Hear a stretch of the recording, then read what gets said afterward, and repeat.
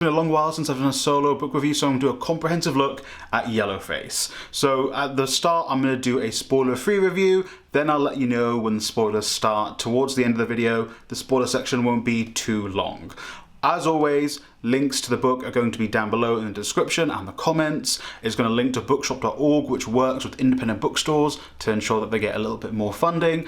A lot better than buying it from somewhere like Amazon. If you can get it from your local library, even better. So, Yellowface by R.F. Kuang. Let's say it off the bat, a lot of people will not like this book. A lot of people will probably be upset by part of the message of this book. And to those people, I say, sucks for you, bro. That wasn't very nice of me. But essentially, this book does really look into the white savior complex, white supremacy, and, you know, also looking into the publishing industry as a whole, really. The book is about, well, it's not really a spoiler, it happens in the first couple of pages. There was a white author who's not very successful, and she has a Chinese American author friend who was very successful, and the white author ends up with a manuscript of the Chinese friend, and they publish it. Basically, the story kind of goes through showing you how this character, the main character, who, I'll be honest, horrible person, hate them, despise them. That's the point. You're not supposed to like the protagonist, which I think also some people struggle with, because, you know, when you're reading something from someone's perspective, you want to like them, but it's hard to like this protagonist. And so this entire time she is, you know, dealing with these hoops of justifying her underlying racism and also trying to, you know, avoid getting caught, essentially. There's a lot of layers to that, but that's the crux of it. And I think the reason this rubbed people the wrong way is, I'm gonna put the book down because it's hurting my hand, is because the way R.F. Kuang talks about white supremacy, talks about, you know, white privilege, it very much isn't sugar-coated. It's not like, but guys, you know, it's kind of bad. It's very much like, this sucks, and the protagonist is like, it sucks, but it's okay, guys. Like, again, you really, really hate her throughout this book. So, again, if you're going to be upset by kind of a book that examines white privilege and white supremacy, you're not gonna like this book. I don't really know what to tell you. You know, it's an R.F. Kuang book. At this point, people should know that she's going to critique white privilege throughout her books. So, you know, from a writing perspective of the book, I see no qualms with it. You know, I think there is one point where I'm a bit unsure on, but I can only discuss that in the spoiler section of the review, unfortunately, because it's towards the end of the book. So I don't want to talk about that here, but the prose in itself, I don't mind. There are points where R.F. Kuang will use like Chinese words, but it is going through the perspective of the protagonist, who is a white woman who doesn't know Chinese. So then she kind of translates it and presents it how she wants to say it. Obviously, it's an unreliable narrator, very biased towards themselves, and it's like at points you want to kind of feel like the protagonist is getting better, and then they do something or say something insane.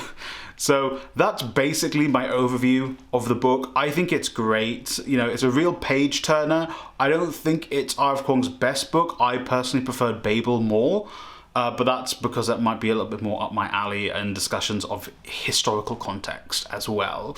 So I would give it like a 3.5 stars out of 5. Real page turner. Like, you just want to know what's happening next, and I think that's a real benefit of this book. So, before I get into the spoiler section, link to the book is going to be down below. My overview is really great page turner, a good, like, kind of like a whodunit investigative type book. Like, the characters basically on the run, essentially. So that's what I liked about it. Link will be down below to bookshop.org, as long as all the other links to my social medias. And yeah, that's the spoiler-free section. Now let me cook with the spoiler section. I'll be honest, my main qualm with the book is the ending. I felt like the way the book was going, it was very hard for there to ever be a satisfying ending, because when it ends, you know, you either want the protagonist to be completely caught out and brought to justice, or you want the protagonist to become better. But either one of those two would not suit the direction the book was going. It was obvious the protagonist was not going to become a good person. And if they get caught, it's kind of like, it would feel a little bit flat.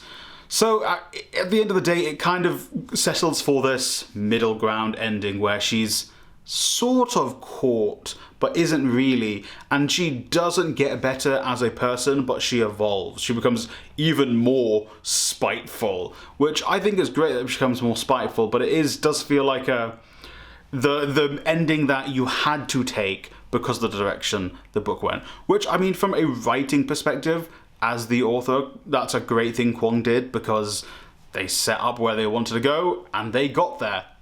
Fantastic. It's just, as a reader, I kind of either wanted them to suffer even more or to become just a good person, but that's not what happens in real life. Another section that really stood out to me was the conversation that our protagonist has with her mother, where her mum's like, oh yeah, just give up on writing, dude. It's fine. This is after the author has already gotten a very successful book, and it very much made me, as, you know, an immigrant child, be like, yeah, man, I know how it feels. Obviously, it's not the same because the protagonist is not a minority, but Kuang is. So you kind of obviously, I don't know how. Maybe she has a very supportive family, but maybe she knows people who are like, "Oh, you got to bang a book? Cool, get a real job." I'm like, I wrote a great book, but yeah, that kind of hit different for me. Again, I just love how the protagonist never gets better. They're always a massive POS, and it should be that way, because let's be honest, people don't change as rapidly as we would like to see them in a book. At the start of the book, if they're a terrible person, it's more than likely they're going to be a terrible person by the end, but maybe they're the terrible person who's learned a lesson, which is basically what happens to our protagonist by the end. So that is my review of Yellowface. Thank you for watching. It was a very quickie video, but I just wanted to get something out to you guys, and I wanted to talk about this book, at least to some extent, because, again, I just couldn't stop page turning. It was one of those books where I didn't struggle to keep going. You know, sometimes I'm like, okay, this is a natural point where I'm going to stop reading for today. Whereas this, I was just like, oh, bet, let's just finish the book in one day. Great. So yeah, I thought I would share the book experience with you.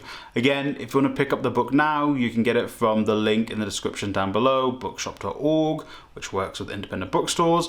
You can pick it up from your library. I also know that the paperback is coming out in early May in the UK. I'm not sure about elsewhere, so maybe if you want to hold out for that, you can maybe do that. It's going to be about a month and a week away from the day of release. So, you know, if you've read the book, let me know in the description down below your thoughts, and if you have any other suggestions, let me also know. I'm sorry, my phone is just going off. Why would you do that, phone?